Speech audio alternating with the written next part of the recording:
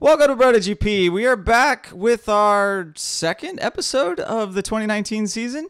It's still just after the Sepang test and racing hasn't started yet, but we got something fun planned for you guys, so let's get going on this.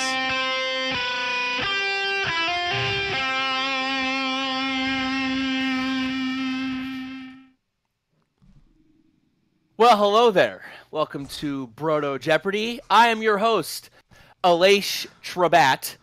And on today's episode of Broto Jeopardy, we will be covering a special edition on the Sepang tests. Let's meet our contestants. One, software engineer by day, hardcore porn addict / star by night. One, Robert Pierce. Oh, that's a great name. You'll have heard Robert buzz in. I believe above Rob and to my right and what is that? Parallel from Mr. Allen Iverson himself is Everett, returning after a short hiatus from a few episodes. Glad to have him back. Today we will be playing a game of Jeopardy! The rules are simple. We have 4 categories, 3 questions each, ranging from $1, $2, or $300, and we will be going from there. Our categories today are Saturday Night Livery. This is just a test. Just is capitalized. Oh. We have Duck, Duck, Goose. Duck spelled D-U-C. And rounding out our categories today, we have Walking Wounded. So again, that is Saturday Night Livery. This is just a test.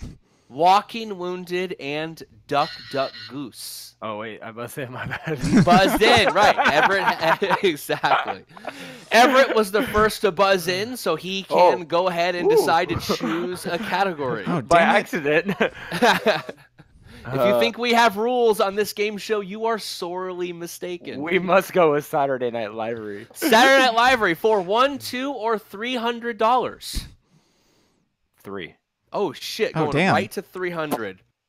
Big money. This Big team changed their livery to reflect a new sponsor and manufacturer, yet forgot to change their Instagram handle for like 5 months.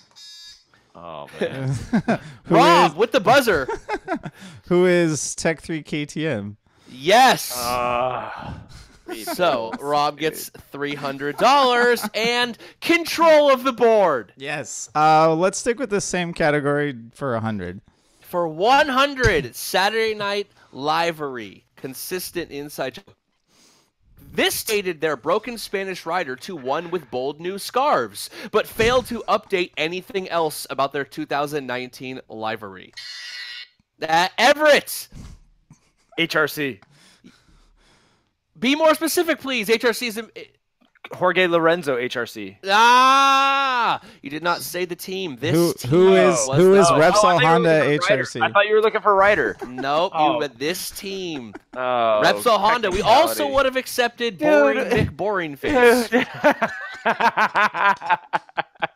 That is $400 and control of the board Motherfucker. for one Robert Pierce. Oh, and I even won the buzzer game, and I thought my phone was locked up. Fuck. Aleix, we'll go same category. Rob, you 200, should please. give me that one. You should give me that. I had it. We all knew what I meant. I'm not making the rules. Saturday Night Livery for $200. Ducati's new, totally non-smoking related sponsor, which totally isn't submersive smoking campaign, isn't about smoking, is this. Yes, Rob. Winnow. Oh, shit. Everett with the steal. Mission Winnow. That is correct. $200. I don't know what it is, though. I was trying to Google what It is doesn't matter. Neither does anyone else. We're going to find it in the paddock, man. It's going to be like Okay. It's going to be the new Leopard. Ev halfway back to Rob with control of the board. 3 categories remaining. Walking Wounded, Duck Duck Goose, or This Is Just a Test. I'm gonna go to Duck Duck Goose in the theme of Ducati for 200 this time. Duck Duck Goose for $200. Strategery, Rob. Calling for you. This device, quote unquote, was rumored to be fitted to the factory Ducati. Nope, you have. If you buzz in before I finish reading, you have disqualified yourself. Oh, I didn't know Rob, it was a DQ. Oh. Rob with the chance to steal. This device Making was these rules rumored up. to be fitted to the factory Ducati machines. drink. Also, a title of Rob's sex tape. What is the hole shot device? What is a hole shot? Rob with another 200. Ev, you got to start working, buddy. I do. Buzz when I'm done reading the question. I didn't know that was the rule, dude. You said there's no rules. You got to watch always the Jeopardy. rule. It's always a rule. Okay, Rob with control of the board. Wait, that was how many questions was that? That was you have one question off Duck question, Duck man. Goose. You have 100 and 300. Was there something Pay else? attention. Was there something else we were gonna do after 4 questions? Oh, keep going, please. Oh, okay. All right. I will pick. Walking Wounded for 100. Walking Wounded for 100. I like this one. Walking Wounded. His shoulder popped out of the socket just from going under anesthesia, though his tongue, like always, was already out. Everett. Marc Marquez. That is correct. And with that $100, we take our first commercial break. Oh, my shoulder kind of hurts too. So If you haven't noticed by this big banner sitting behind me, this podcast and YouTube series is presented by Riders Law. They're your California motorcycle accident injury lawyers. And I have found out recently that a few of you have actually been calling them because of us. So thank you for that. If you need legal help, especially if you're in the state of California, but even if you're not, if you're, say, in Illinois and you need some legal help, please give Riders Law a call. They will take care of you, big cases, small cases. You need help because your insurance is screwing you over. You've been injured in a motorcycle accident. Give them a call. They are amazing lawyers. They do amazing things for our sport. Call them. Check them out. Follow them on Instagram, Riders Law Racing. And because it's Riders Law Racing, you know all they do is post pictures of me and my hair and my sexy motorcycle. So yeah, do that too. What up, Rob? What up? What up? What up? What up? Yeah, they've stuck with us for another year, or for right now, I guess. And we're gonna keep helping them out, and they're gonna keep helping us out. Where they haven't fixed the glitch yet, and it's just Don't say that. that's good. Yeah. Come on, that doesn't get a few All laughs. right. Back to Broto Jeopardy. Again, I'm What's your the host, scoreboard? What's the scoreboard? Aleix Trabat. Rob with an even 6, and you are at 3, Everett. Rob with control of the board. No, Everett with control. Who got the last one? No, I just got the last one. I know Rob I with did. I got control. the No, shoulder. no, I Ev got the No, last one. no. We come back from the break, and the guy with the lowest points starts over, just like in Double Jeopardy. Ev, you get control of the board then. We have Walking Wounded, Duck Goose, or This Is Just a Test. I gotta go for Walking Wounded. I gotta stay on theme. Okay, Walking Wounded For three, for for 2. Oh no, I thought it was for 3. 2 or 3? Tree. Let's go big. For Tree Fitty. He slid and broke his ankle. His wife slid into Rob's DMs. Rob. Oh, Who is no! Who is Cal Crutchlow? No! Correct. Look, I couldn't get the app to unlock. Damn it! Keep that shit unlocked. That is also true. That is not a made-up joke. I'm conflicted is trying to drink some booze and buzz Okay. it. All right. Rob, control of the board. Well, let's finish off the category there, Aleix. All right, Walking Wounded to finish it off for 200.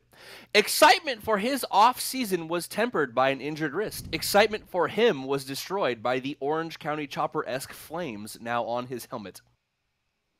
Oh. Who is Jorge Lorenzo? This is correct. He added question mark high pitch at the end. Rob with a commanding lead. He added flames to his helmet, huh? Yes, it did like the shittiest, stupidest flames ever. God Just damn when it. you think you want to like him, you're like, what is going on? He should have continued just stealing the 8-bit scheme from us. Correct. Like, why doesn't he know better? Correct. Put a scarf over his 2 helmet. categories left. Duck, Duck, Goose, and This Is Just a Test. Let's go for This Is Just a Test for 100. This is just a test for 100. Keep in mind, this is just a test in capital. Is there a rule that goes along with this category that we need to know about? This prolific testing champion led day 1 of Sepang with a near lap record, officially 700ths off. Who is This can't answer. You already buzzed. Everett with the steal.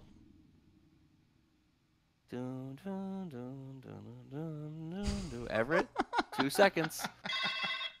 Yes, Everett with the phone call in.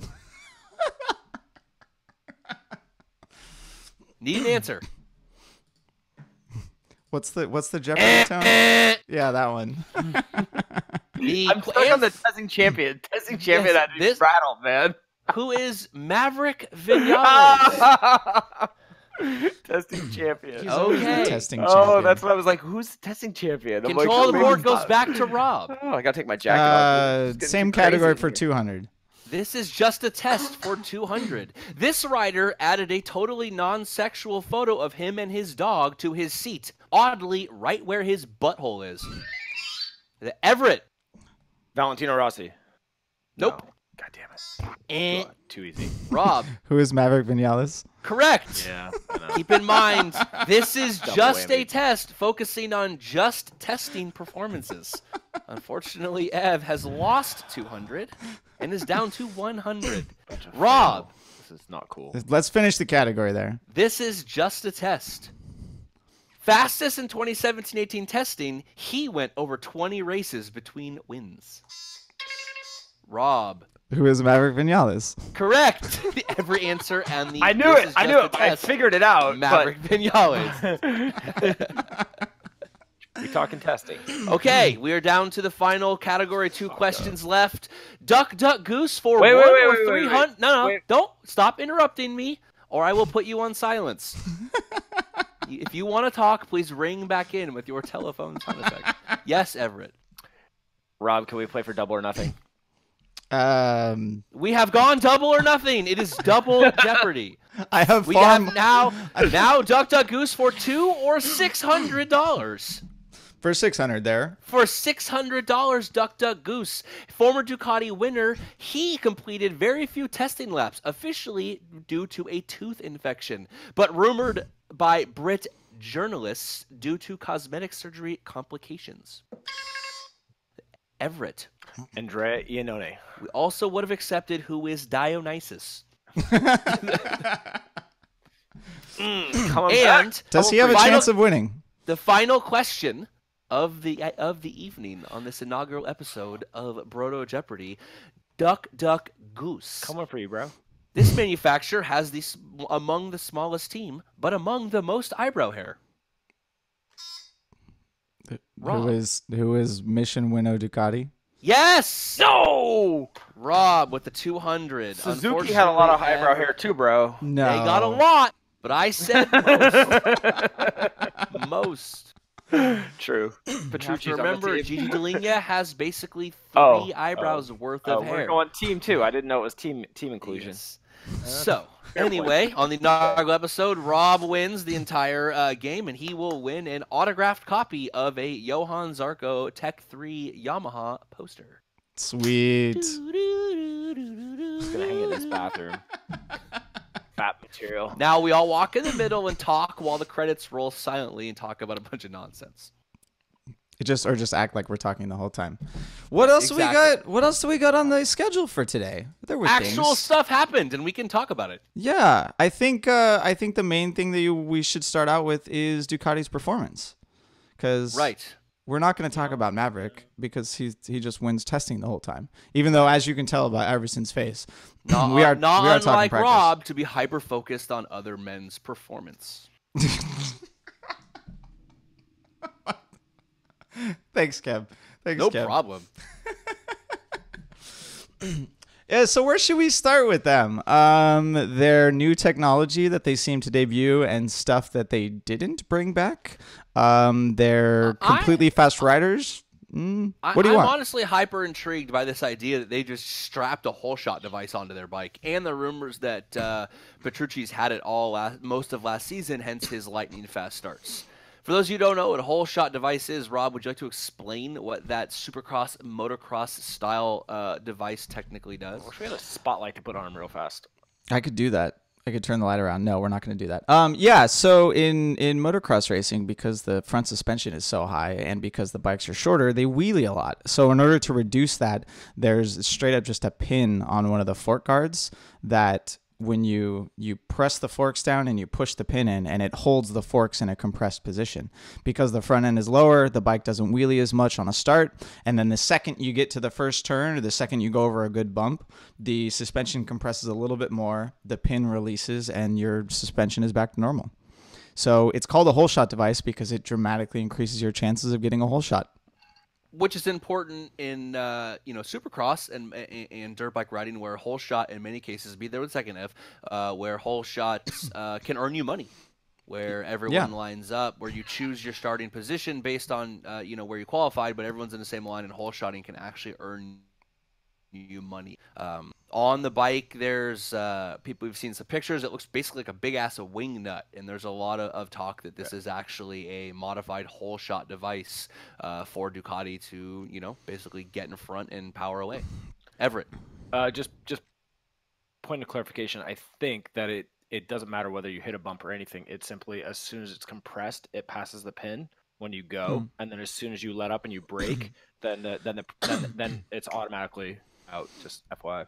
Yeah, because, you have to, the suspension's already compressed some, right? So it's not going to sag from you just sitting on it. Like, it has to go a little bit further in order for the pin to release. Correct, but your head's down all the way to the hole shot, and then as soon as you let up to put your weight back and transfer into the turn, whether it's flat or not, I think it doesn't have to do anything. Yeah, it's like braking. I don't think we've ever seen in simple thing ever.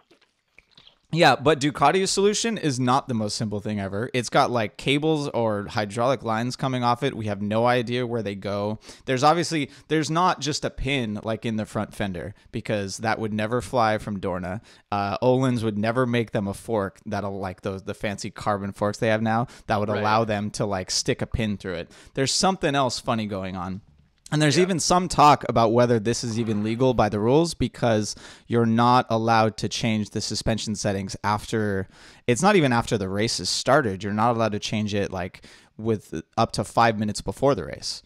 So you can't do 3 turns on the compression or whatever, and like the second like you're not allowed to change tires or anything anymore. Like you're also not allowed to change suspension settings. So there's question of even whether or not this is legal.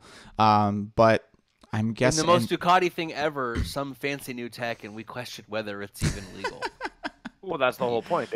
Fortunately, they at least push the boundary. So, I mean, we've been seeing this year over year the last, 5 to 7 years, and hey, I'm okay with it. I want them to you can think of the list of things they did. You go all the way back to the 800cc era. Remember when they took like a de-stroked version of their 1000cc bike to make it the 800 for Valentino? Like, they've been doing weird shit for fucking ever. Without them, GP bikes would literally not look what they look like now, because we wouldn't have winglets. Like all the aerodynamic stuff would probably not be there. Like I can't think of anyone else that has pushed the boundary as far, at least for things that we can visually see on the motorcycle. Right. And it goes to kind of like, they tried to get rid of aerodynamic developments, which were designed to keep the front end down. And it's like the same thing we've talked about. You add one rule to stop something, and it's like Hydra, right? You cut off the head, 2 more grow back.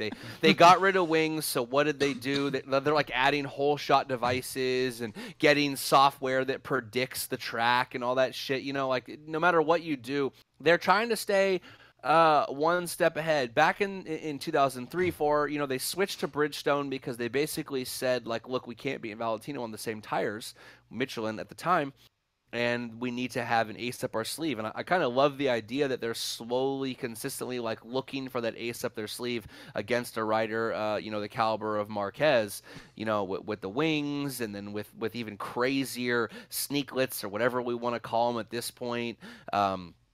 Kind of having that hammerhead fairing that we saw that kind of predicted the rise of these just giant scoops on the side of the bike, a hole shot device. I think not just that the bikes would look different, but I just love the fact that there's a manufacturer out there that's consistently looking to push the boundaries of the rules. Yeah, and they always, what else did they debut? I think at the Valencia test or at a private test after that, they had a torque arm on the brake, on the rear brake. Yeah. It's something that you see on motorcycles from the 60s and not something that you would see on a MotoGP bike. But these are they're looking for all of these avenues. Like it's like they're not leaving a single stone unturned as far as going faster on the racetrack. Do you think that thing's pushing the rear tire down somehow? What, a torque arm off the chassis to the rear? I think it's just. I think they're just trying to remove the rear brake from the torque that the rear brake causes. They're trying to remove that from the squat curve of the rear suspension. Okay. But I can't think offhand which direction. It's kind of a mechanical version of keeping the back down. To your point, if it was just a cable and then the brake, then the swing arm tilts up, right? But if you have the arm, it kind of braces it down, right? I mean, it's that simple. Well, it might do. Using the rear brake on a motorcycle makes the rear end squat. Right. But using the rear brake on a torque arm might not do that. So if it made the rear end squat less, that's what they'd be looking for. Yeah, that way you don't plane out. Yeah. Well, yeah, if the higher the rear suspension is on corner entry, the faster the bike can turn. Like squatting overall, right, makes the bike turn more sluggish. Like that's one thing if for my racing at least, if the bike isn't turning on corner entry very well, I'll often add more rear ride height. Just because I can't move the front end that much because I like where it is, so I can't really adjust it up there. Whatever, I'm losing. We're getting too technical on that part. The other basically what they're saying, guys, is Rob likes it face down, ass up. Well, then the thing I really like that's interesting is they've said basically fuck it, you do whatever you want with the bodywork. You just got to fit inside this jig, this big metal fucking jig, right? I mean that thing's pretty wild. The rules have always been like that. They just haven't made one previously. Yeah, now they just made it. You know, like they had measuring devices, but now he's just like, I don't know, fuck, drive into this metal thing. If it fits, it's good. It's like a cat. It's like if it fits, it sits. I don't know, you're good. If it fits, it can sit on the grid. He should have done it 4 years ago, like so he could have been a little lazier checking on winglets and stuff these past seasons. Yeah, web hire us as consultants, idiot. I mean, he stole the idea from NASCAR anday, which is terrible. Kev, we're pushing you for broadcasting. Stop trying to be in the tech side. Idiot. don't. Right. Stay on your turf. Yeah, the Moto America can hire me alongside Hannah, and we'll do Moto America. We'll do Moto America Jeopardy. With Dylan on Moto America Live Plus. This rider became a huge sellout and won't talk to us now that he's a factory rider. Who is redacted? Oh shit! Shots fired. This rider has a birthday today and is going to be racing a Ducati next season. This rider is distractingly handsome. Kyle motherfucking Weimer. So wait, happy birthday, Kyle! Happy birthday, Kyle and Marquez share a birthday. It's Marquez's birthday today. No. What? Marquez's birthday was the day. Yeah, it was the day before. Okay. Not the same day. So close. But anyways, back to super fast Ducatis. Happy birthday, Kyle. Not only were obviously, boom, boom, peace, much respect. Not only was obviously the bike fast and the pushing tech, but what you saw was on day 3. We talked about Maverick in the Jeopardy, nearly beating the outright 2-wheel lap record of a bike around the circuit. He was, 700s off, but Petrucci would go on to basically obliterate that, and then by the end of day 3, you would see 4 Ducatis, basically blocking out the top 4 spots with Petrucci, and then Pecco, Jack Miller, and Dovizioso. And I think that what you see is their top 4 kind of cream of the crop talent blitzing the field, to squeeze everyone out of those top 4. I mean, Ducati has once again said that they've got more power out of the engine, and obviously they can. Yeah, and they can take advantage of that at Sepang when conditions are good, right? Like here in testing, because it's the winter, generally the track has more grip as long as it doesn't rain, because things are a little cooler, and we know that Pramac gets some of the best support of any satellite team on the grid, so they're going to get Jack Miller up there. I think I was definitely a little surprised that Pecco was able to put together that kind of lap this early in his GP career. To quote Nate Diaz, I ain't surprised, motherfucker. Super impressive. Like that should be a really, really glimpse into the future on us being bored of watching the same guys and seeing some new talent to like maybe get up there at the top and stay there. I mean, we're talking about a guy who won on a Mahindra. like more than once. You know what I mean? He had 2 those wins little in the bikes. Mahindra, which actually, at the time, riding for Aspar Ducati, earned him a shot at riding one as the, only a Moto3 rider at their postseason test at Valencia. So it's actually, you know what I mean, kind of funny. He had slight previous experience, but Pecco's the real deal. I don't think you look at those guys that were on the Mahindra in that era, and they are all crazy fast now. Pecco is, I think, the real deal. He proved it. He's, second fastest on a year-old satellite bike as a rookie. The guy has the weight of the biggest sort of, franchise academy possible behind him, and he has full investment. And, I've said this a million times, Jack Miller's cool and all, but Ducati is pretty hyper-specific with their Italian riders, and Pecco is the hotshot champion Italian rider coming in, and I'm telling you, the idea that he's not already getting factory parts, I'd probably find hard to believe. On the older bike? That's the question, right? Yeah, right. But you know what I mean? Like, the level of support that dude's going to get this year is going to be crazy. So is it going to be the classic? He's going to start out the season and actually be faster than others because he's on the proven stuff, and then maybe if he gets podiums in the top, 2 or 3 races, then they'll start feeding him more, and then maybe they'll actually give him the newer bike as the newer bikes mature. I mean, I doubt he's going to get the GP19 anytime during the season, but if they do developments for like winglets and other things that can be bolted onto that bike, I'm he'll get that for sure. And I don't think it'll even take all that long.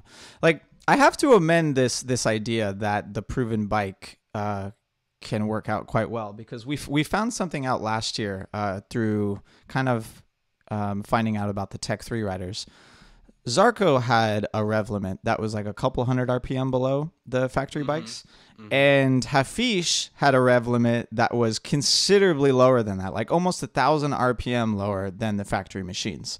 Right. Like in Zarco's case, yeah, maybe you could say like, all right, all the traction control settings and everything that the factory riders were using the previous year, they would probably work reasonably well. Maybe more changes due to stylistic differences than the rev limit change. Right. But in Hafish's case, with 1,000 RPM, you throw all that shit out the window. Like, right. Like, because the sharp end of the stick is what's important, right? You always talk about all the work goes into finding that last tenth, and how the bike and the suspension and the tires, and even down to things like bodywork and winglets react at the sharp end. But if you're 1,000 RPMs down, it's just a lot blunter. And you might have to run different gearing. Like if I had 1,000 RPM less on my R6, I would have to run a taller tooth at most tracks, just so I didn't hit the rev limiter in certain places.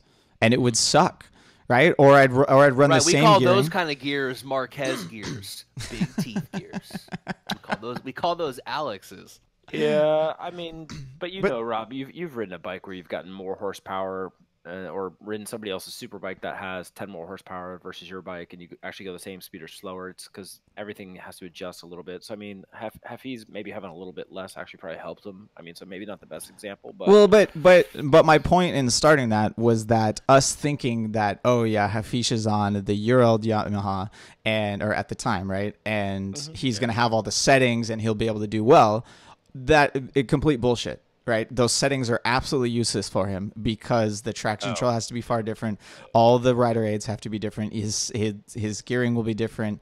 So much stuff will have to change. So we have to throw it out the window. Why are you so focused on Hafish's aids, man? I was talking about his aids. Whoa, but of course, we're talking about Pramac here, so we don't know. But Kev, they're curing that in the next 5 years. So who cares? Yeah, exactly. Yeah, we don't know what Pramac is giving to Miller and Pecco, right? Like I'm going to assume that because they support their satellite team a little bit more than the other factories, that they don't have as bad of a rev limit. Or if they do, they're still going to put in that effort to find them the traction control settings, the throttle settings that they need. But then Pramac has to pay for the engines and shit. Dude, they don't want it. No, Dorna pays for those engines. It's great. Dorna, the subsidy to the private teams is enough to buy the bikes. I don't think so, man. Dorna has so much. I'm not going to go off topic here, but Dorna has so much money Crack. Where is crack?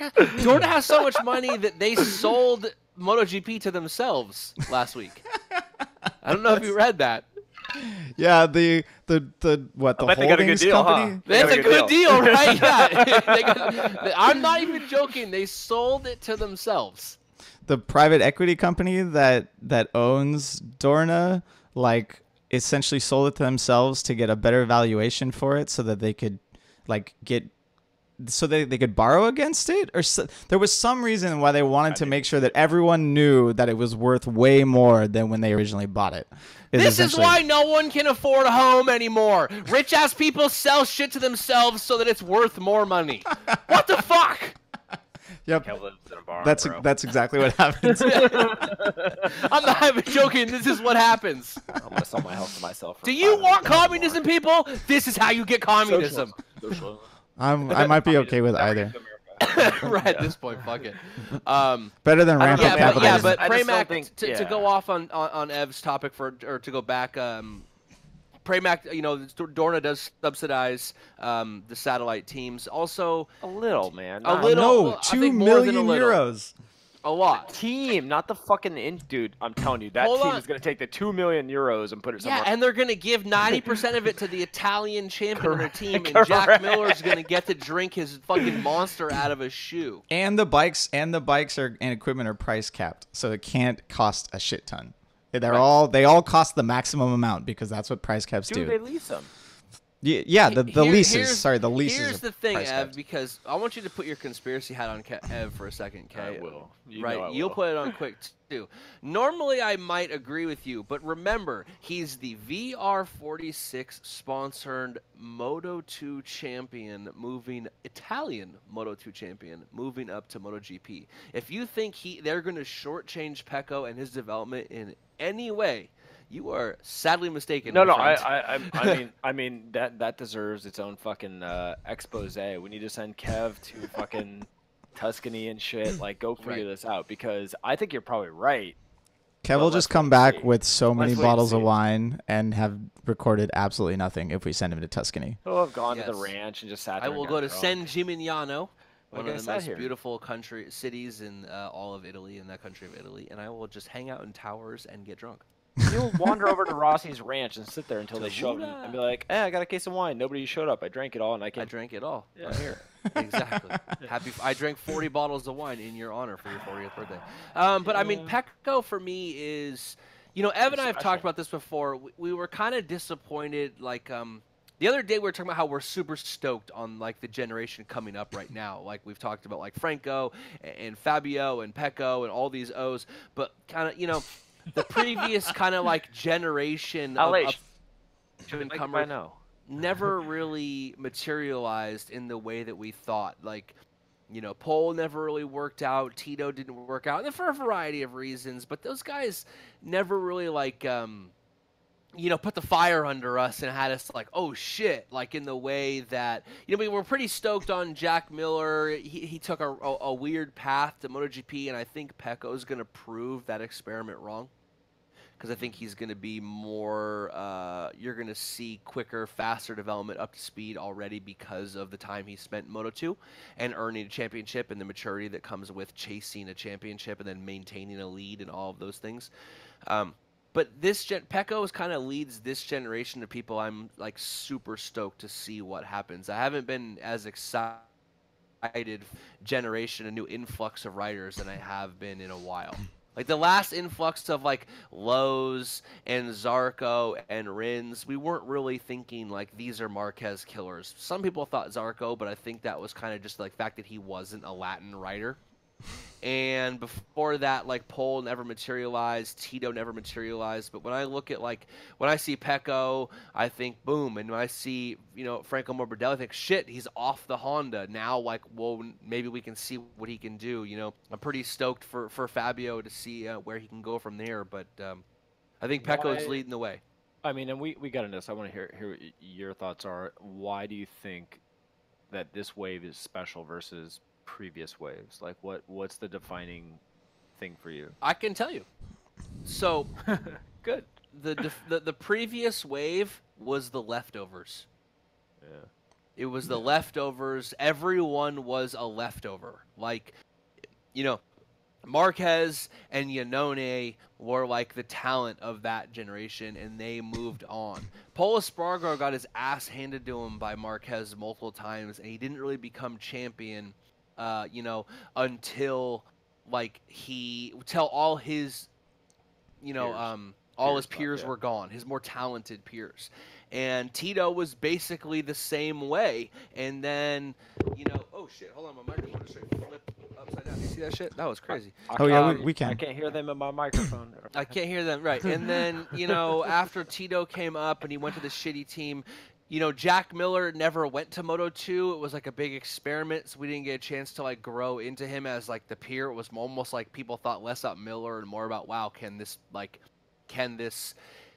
Moto3 experiment work? It was almost like they were just grasping for straws to beat Marquez. Look, it did it again. What the fuck is going on? But this was actually like a group of peers moving up. Like, Fabio moved up, found his form, and Franco Morbidelli was kind of like the first from the VR46 Academy. He wasn't specifically a rider for the team, and then Pecco was the champion from that team when they moved up. It's kind of like another group.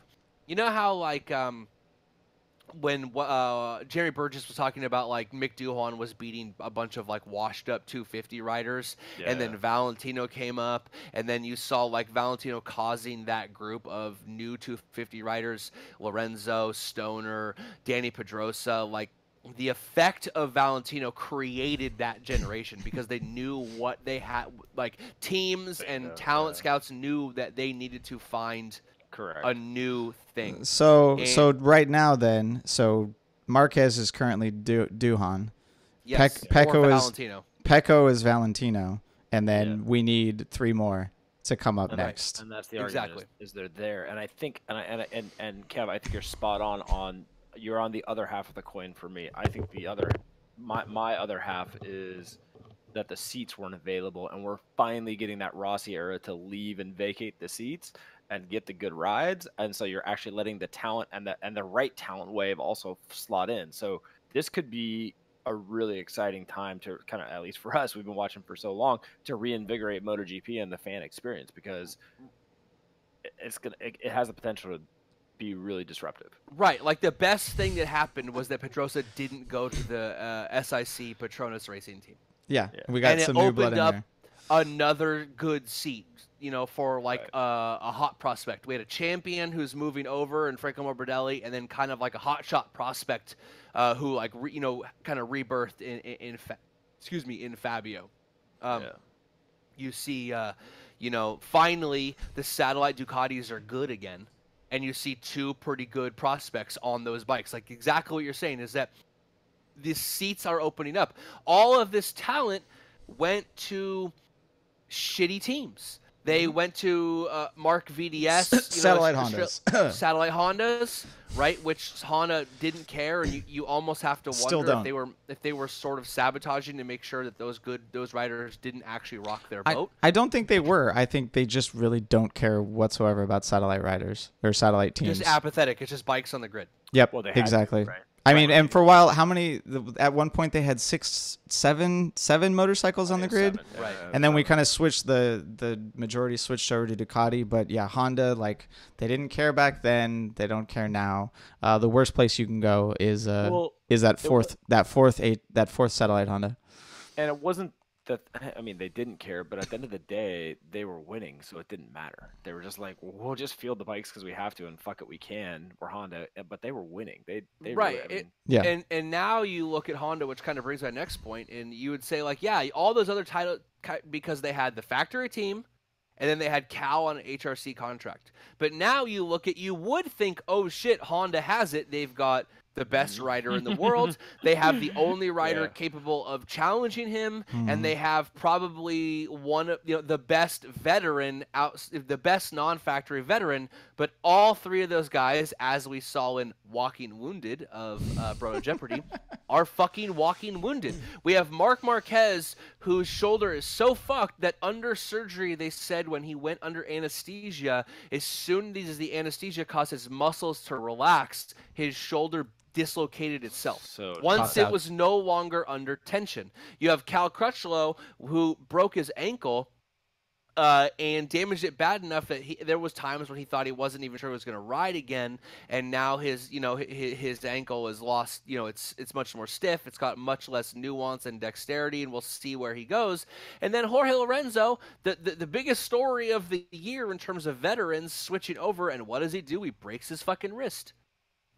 And so we see this test, and we go to the test, and while we're talking about all these hotshot rookies kicking butt, we look over at Honda, who didn't care because as long as they were winning with their veteran riders, and now all 3 of those veteran riders are in some form or another recovering from surgery. So first question here: who's the worst? Who's the worst off of the 3 of them? Opinion. Yamaha, of the Honda riders. The 3 Honda riders who are injured. Who's going to have the worst year because of injury? Cal. Kev? I think Cal. And I don't necessarily. I think he has the least worrisome injury, but he's the least that they care about. So because of support. Because he wants to prove it, and he has to override his bike. He already crashes a lot, so his chance of re-injury are large. Mm-hmm. He's going to be testing new parts, as kind of his testing wheel situation, so his settings and what he's doing during the week have to change. He's got that chip on his shoulder that he feels like he needs to prove something consistently still, even being a multi-time race winner. And I don't think he, like Marquez, right? They'll inject a human stem cell block into his shoulder if they think it might do something, right? There's that story on Twitter about how old people are doing blood transfusions with young people plasma to fight aging because this is the 17th century, and that kind of people think that works. You put young person's blood, you're gonna they gave stem cells to Danny Pedrosa for his new collarbone break. Right. My running joke is that they'll do whatever Marquez needs to work around any complications from his shoulder, but I don't think Cal will get the same level of treatment. I was actually going to say Jorge Lorenzo because I think the uphill battle for him is the greatest because he has so little time on the bike, right? It's definitely a different riding style. He's obviously a far different rider than when he left Yamaha because of the time spent at Ducati. But I think that especially the first half of the season of the 3 Honda riders, his first half of the season will be the most rough. It'll be the worst results out of the 3 of them, comparatively, right? Go ahead. I think you're making good points on George. I think the Marquez thing's really intriguing because that's the wild card. As much as none of us are saying him, that shoulder analysis under surgery is just fucking wild, man. It is a wild, absolutely insane. You're right. It's a wild card, but I don't give a shit. What has he shown us time and time again for the past couple of years? He's going to crash. He's not going to get hurt that bad. Even if it does hurt and his shoulder pops out and he has to put it back in, he's still going to win the damn race. Right? We say that, but we've also seen careers end so fast from shoulder injuries. But here's probably could have kept going. He's like, my shoulder's toast. I'm out. Yeah, but here's the thing, right? 2 more crashes. He's fucking out. So there's 2 ways to look at it. You decide to stop betting against him because he's proven you wrong every time, or you do what Tom Brady haters do, right? Tom Brady haters, they're just doubled down on they hate him because eventually he's not gonna win and not be good, and you're just waiting for that moment, which is going to happen to justify 17 years of hate. So you can do one of 2 things with Marquez. You can say, look, it's never mattered. He basically went blind when he looked up, and they fixed it, and he won his rookie season. And then he got hurt. All this crazy shit happened, and he always wins. He crashes, record number of crashes per year, and it doesn't matter. So, hey, man, he's spent the last 6 years showing me it doesn't matter. It doesn't matter. Or you just double down and say, hey, it's eventually going to matter, and when it matters, it's going to matter huge. It's going to be career-destroying huge because it's going to matter. You have 1 or 2 options. Either you submit to his dominance, or you hold out in the wind and you wait to eventually be right. So first, I've won a lot of hobo bucks back in Marquez, so I've never bet against him. Okay? That's true. That's true. Rob has always lost the hobo bucks. Yeah. And for me to be finally cashing in my hobo bucks on the other side is peculiar, because I'm not saying this is the year, but I'm telling you, man, you could have two awkward accidents, one awkward accident on that shoulder, and it could be that. And I'm with you, man. I wouldn't bet against them just yet. But is it, Ev, why do you think this? Is it like your own mortality, like itching in the back of your mind of like, if I was in that position, I would... Because we're talking about the T1000 here, right? We're not talking about just some random motorcycle racer. What we started to see last year, I don't want to say chinks in the armor, but you always heard he's got this fucked up shoulder, but it never seemed to do anything. And then live on TV, we watched his shoulder get dislocated and have to get put back into place. And then boom. Like... You're right, like from Scott Redding slapping him on the back and saying like, "Good on you, mate." You know what I mean? Like, and then he fucking dislocated it. Right, you start to see like, wait a minute, like the cumulative effects are coming up. Like I don't want to say chinks in the armor because he still won, but you're starting to see evidence that this is catching up. It is evidence. But the reason why I have kind of cast off that evidence is because I'm making the assumption that his shoulder literally today is no worse or is better than it was at Valencia. We have hearsay and conjecture. Those are kinds Well, of in theory, he got surgery to make it better. I mean, in theory, I could put that on his side, but... And that's exactly it, right? Like I had this, Kev. It's funny, the two sides of the story that you brought up. I was having the conversation on Barf today, but so like doctors, if they knew how bad his shoulder was at Valencia, they would have said exactly the same thing. They would have said, if you crash on it again, it'll be a career ender. Like, it's unbelievable. Like, it's terrible. But and that happened. That was probably half the season last year. But he still raced on it, and he still won on it. But we need to step back on the doctors. Race doctors are like fight doctors. The race doctor's job is not to tell you how your life may be. It's going to tell you whether you are physically capable of riding right now. It's like they get a big cut on their eye in the UFC or boxing. The doctor's job is not to come in and say, "Holy shit, we're going to do this cut." It's, "Hey, can you are you fucked up enough to stop, or are you not fucked up enough and we can keep going?" Like, it's not like you go. I had pneumonia, right? And I walk in a doctor. He's like, still has it. You know, "Bitch, you got pneumonia. You got to not go to work."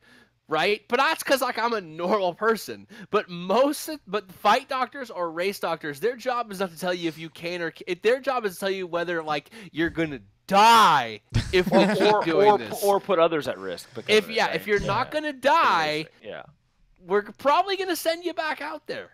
Yeah. So you know, got broken ankle. The reason why we strap it up. Yeah, boots Put some super glue in that cut. Let's go. So the reason why we got this could be a career ender is because the doctors were off-season doctors, not on-season doctors. Right. This is like the track doctor, right? Like the track doctor not letting that one dude race that one with a concussion, right? And all the race doctors are like, "Are you crazy?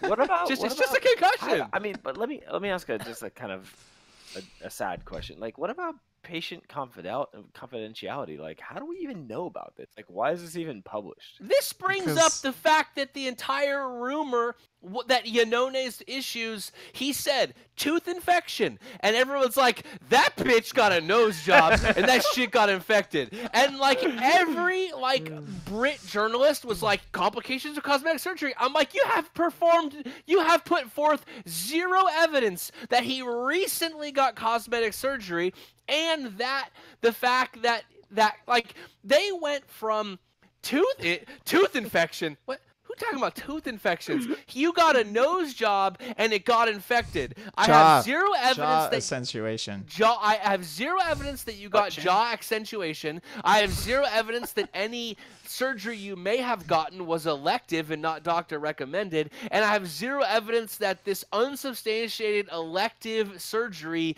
resulted in concussions. Yet they are sabotaging and performing like career assassination on this dude. Yeah, I don't give a shit about journalism here. Yeah. We could do it, and then we would just be violating HIPAA or asking someone else to violate HIPAA. Right. Do There's they have no HIPAA in Italy? I don't They have to have something like HIPAA. Redacted. Yeah, but I mean, like, yeah, that's a good point.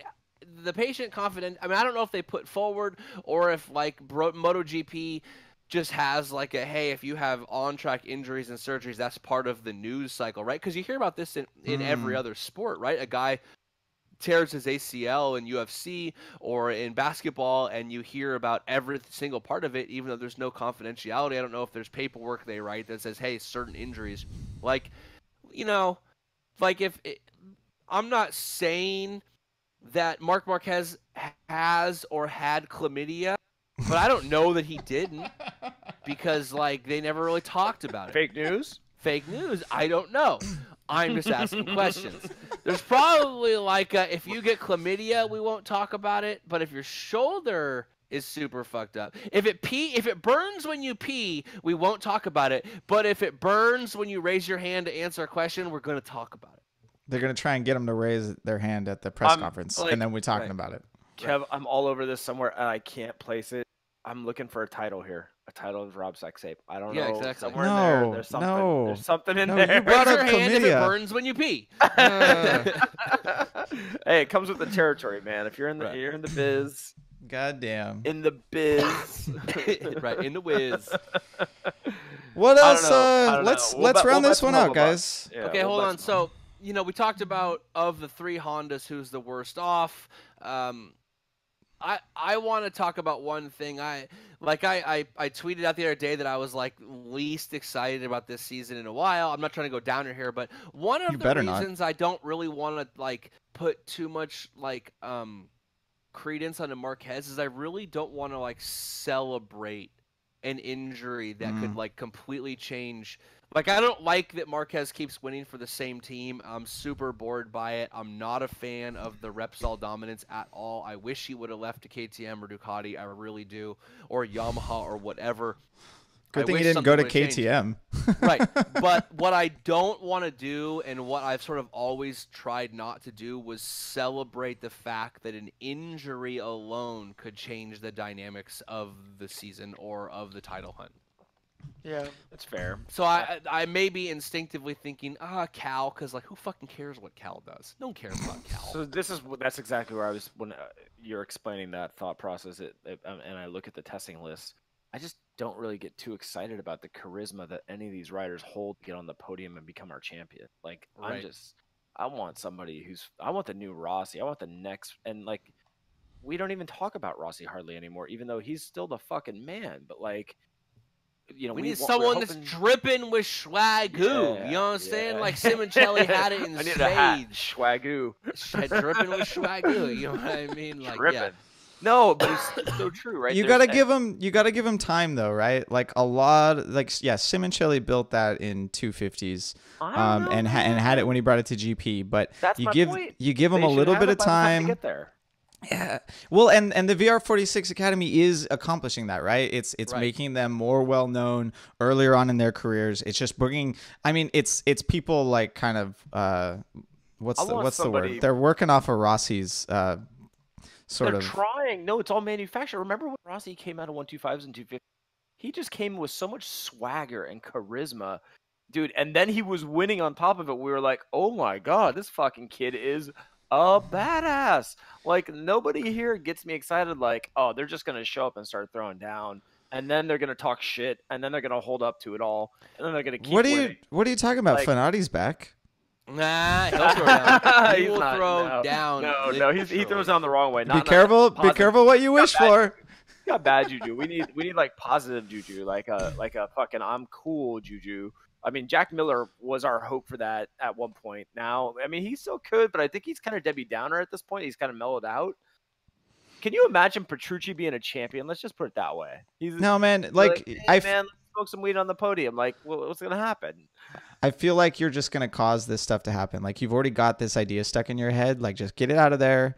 Start thinking that all these people are really cool, and just look at the positive side of these things. All right. Just pretend. Like we can't tell people that Petrucci's fucking boring because one, he has some amazing press conferences. He just has a dry sense of humor, and you gotta love it, right? So just find what you like about these riders. You know, like recently we reviewed Torque, right, and we joked about how like the excess, right, but like Rossi.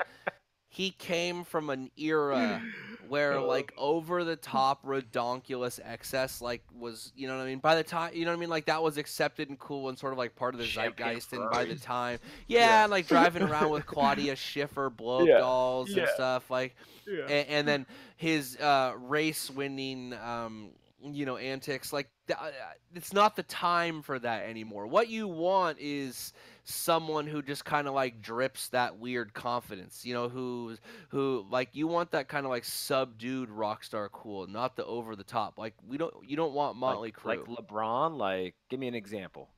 I mean, I don't really know like an example. I mean, I want to say like Simoncelli. It's not like he did crazy shit. He just had that ish. Like do you have an example? Do you have an example from like sports today? Well, that would be Franco. If Franco could get up there and be that, he would be the coolest fucking champion we've ever had. Right. Yeah, Franco is the coolest dude on the grid by far. If he could get up there and start winning, or at least be podium contender top 5 and start getting interviews and stuff, he's like laid back, chill, correct amount of like subdued. Like that's the thing this day and age. Like it's subdued is where it's at. You know what I mean? Unless this dude wants to be a trap rapper and start tattooing his face. We don't want that, dude.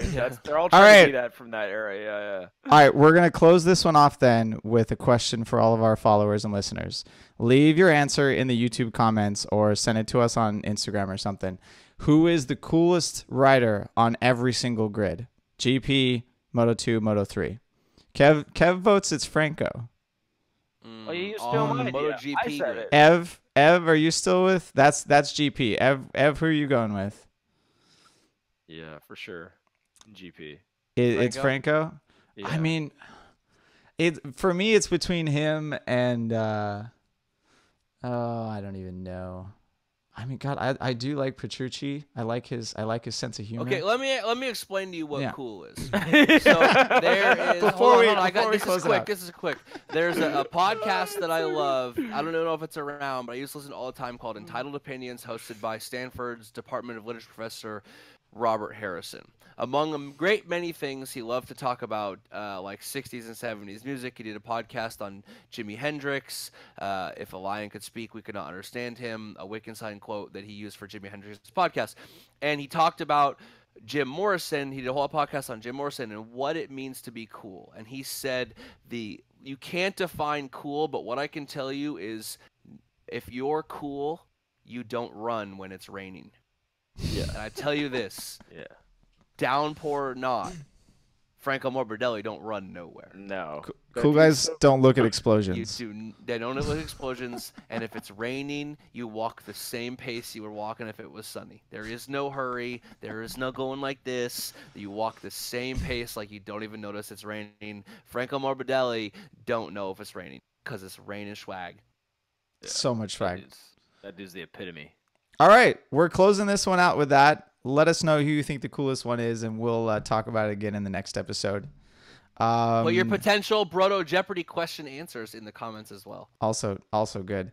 World Superbike is actually happening this weekend, and there may be some interesting things to talk about because Phillip Island is an outlier track. Bautista has been doing amazing on the Ducati V4, and who knows what else. Tom Sykes might do crazy things. Fucking Skoltz. Matthews, am I saying this? That guy's Matthew cool Skoltz. As fuck. Yeah, he is pretty fucking cool. Fuck. Yep. Yeah, he is. You actually like hang out with him. That dude's cool. I'm just saying in general. He's cool. Yeah. You want to know what cool is? You can't define it. He's cool. Well, and another definition of cool is who would you go have a beer with, right? Like if you had to go have a beer with somebody in the paddock, you know, that's generally also in there. I'd have a white wine spritzer with Jorge Lorenzo. Go start shopping. You'd of course you would. Whose DMs he's sliding into? You think he does white or red? You think he's a white kind of guy? Rose Rose all day. Jorge's a rose and a fucking Smirnoff Ice all day. All day, son. We need to get him a scarf. The most basic. We need to get him a scarf that says rose all day. Pumpkin Rose spice. all day, Jorge Lorenzo shirt. That's it. I used to want our shirt to be just a picture of a cat wearing a Brodo shirt, and now it's going to be Jorge Lorenzo saying rose all day. That's our shirt. Somebody can make a song, too. Yeah. All right, everyone. We will catch you in a week or two. Hopefully we'll have some more racing to talk about or some testing. You never know. That's all I got. Peace. Deuces.